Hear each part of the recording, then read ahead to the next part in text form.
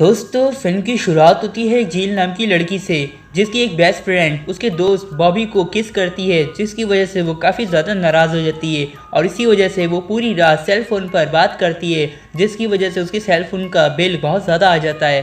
और बिल ज़्यादा आने की वजह से जिल्स के फादर जिल्स से काफ़ी ज़्यादा नाराज़ होते हैं और जिल्स आगे से ऐसा ना करे, इसलिए जिल्स के फादर उसको एक सज़ा देते हैं, जिसमें उसका फादर उसको एक घर में भेजता है 2 बच्चों की बेबी सिटिंग के लिए, क्योंकि उन बच्चों के पेरेंट्स रात को कहीं बाहर जाने वाले होते हैं। और जबकि जिल्स को सज़ा मिली होती है, इसलिए वो मजबूरन उस घर में चली जाती है, लेकिन वहाँ पर जाके उसके तोते उड़ जाते हैं, क्योंकि वो घर काफ़ी ज़्यादा बड़ा था और उस घर में सारी चीज़ें ऑटोमेटिक थी, जैसे कि लाइट थर्मल सिस्टम, जिसमें कोई भी बंदा वहाँ से गुजरता तो ऑटोमेटिक लाइट ओपन हो जाती और जो बंदा वहाँ से चला जाता तो ऑटोमेटिक लाइट बंद हो जाती। जिसके अलावा वो पूरा का पूरा घर शीशे से बना था, जो कि अपने साइज में काफ़ी ज़्यादा बड़ा था। अब मैं देता हूँ उस फैमिली की थोड़ी आपको डिटेल, जिसमें है मैंड्राइकिस जो कि एक डॉक्टर है और उसकी वाइफ और उनके 2 बच्चे, जिनमें है एक बेटी और बेटा। और आज रात के लिए उन दोनों को अपने घर से बाहर जाना होता है, जिसके लिए आज रात को जिम उनके बच्चों का ख्याल रखेगी।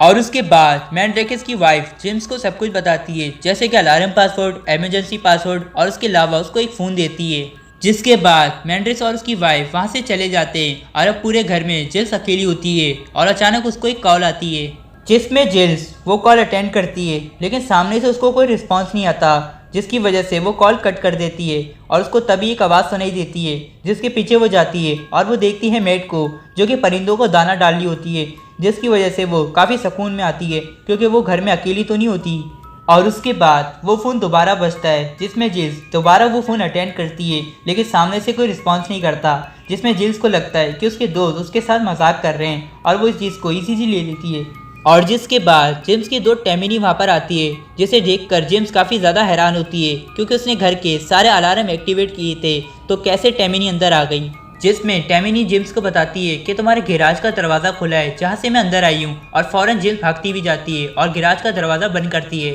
दरअसल टिमनी वहाँ पर जिम से माफ़ी मांगने आई थी, क्योंकि उसने जिम्स के बॉयफ्रेंड बॉबी को किस किया था, और उसके बाद वो वहाँ से चली जाती है और अपनी गाड़ी लेकर वहाँ से निकल जाती है। लेकिन रास्ते के बीच में उसके सामने एक ब्रांच आता है, जिसको हटाने के लिए वो गाड़ी से उतरती है और तभी उसके पीछे से उसके ऊपर कोई अटैक कर देता है। और उसके बाद जिम्स को एक कॉल आती है, जो कि टेमिनी के नाम से आ रही होती है। जिसके बाद जिल्स उस कॉल को रिसीव करती है, तो सामने से टेमिनी की जगह एक आदमी की आवाज़ आती है, जिसकी वजह से जिल्स काफ़ी ज़्यादा डर जाती है और फ़ौरन वो 15 पे कॉल करती है और उनको सब कुछ बताती है, जिसमें वो लोग कहते हैं कि आपका दोस्त मजाक कर रहा होगा और दोबारा कॉल आए तो हमें बताएगा।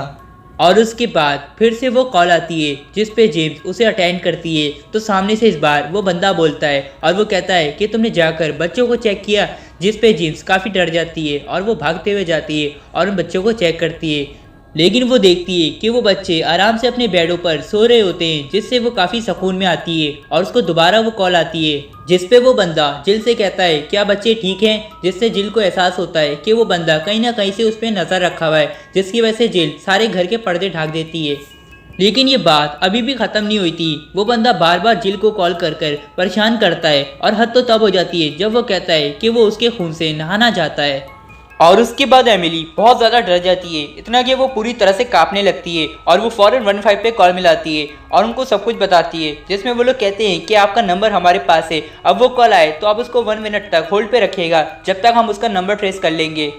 और उसके बाद झील देखती है गेस्ट हाउस की लाइटें, जो कि ऑटोमेटिक ऑन हो जाती हैं, और वो लाइटें जब भी ऑन होती हैं जब वहाँ पर कोई बंदा मौजूद हो। जिसके बाद झील फ़ौरन से उस गेस्ट हाउस को चेक करने के लिए उसकी तरफ भागती है और वहाँ पहुँचकर उसे उसके मोबाइल पर उसी आदमी का कॉल आता है, जिसके बाद झील को एहसास होता है कि उस घर में कोई और आदमी भी मौजूद है और वो फ़ौरन उस गेस्ट हाउस से निकलकर अपने घर की तरफ भागती है और उसको वहाँ पहुँचकर पुलिस का कॉल आता है, जो कि झील को बताते हैं कि आप अपने घर से फ़ौरन बाहर निकलें, क्योंकि उस बंदे की लोकेशन सेम आपके घर के अंदर से आ रही है। जिस पे झील काफ़ी ज़्यादा डर जाती है और वो फ़ौरन बच्चों के कमरे में जाती है और बच्चों को जगाती है और वो घर से निकलने ही वाली होती है कि उसको किलर दिखता है सामने, जिसके बाद वो बच्चों को लेकर एक ग्रीन हाउस में छुप जाती है और वहाँ पर उसे अपनी दोस्त टिमिनी की लाश मिलती है, जिसे उसी किलर ने मारा था। और अचानक से वहाँ पर वो किलर पहुँच जाता है, जिससे टिमिनी बच्चों को बचाने के लिए वहाँ पर वाटर स्प्रिंग ऑन कर देती है ताकि वो किलर की नज़रों से बच सकें, जिसमें बच्चे फ़ौरन जाकर झाड़ियों में छुप जाते हैं और टिमिनी एक झील में जाकर छुप जाती है। लेकिन झील को पानी के अंदर उस घर की मेड फरोजा की लाश मिलती है, जिसके बाद झील काफ़ी ज़्यादा डर जाती है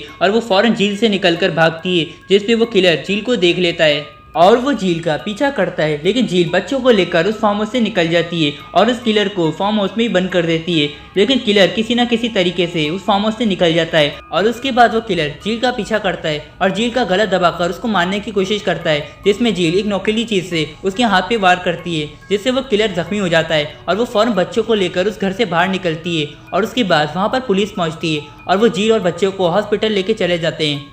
और अब आपको लग रहा होगा कि झील सेफ है, और ऐसा ही है, लेकिन इस हादसे की वजह से झील के दिमाग पर काफ़ी असर होता है, जिससे उसे हर वक्त लगता है कि वो किलर उसे मारने आ रहा है। और इसी के साथ ये मूवी एंड होती है।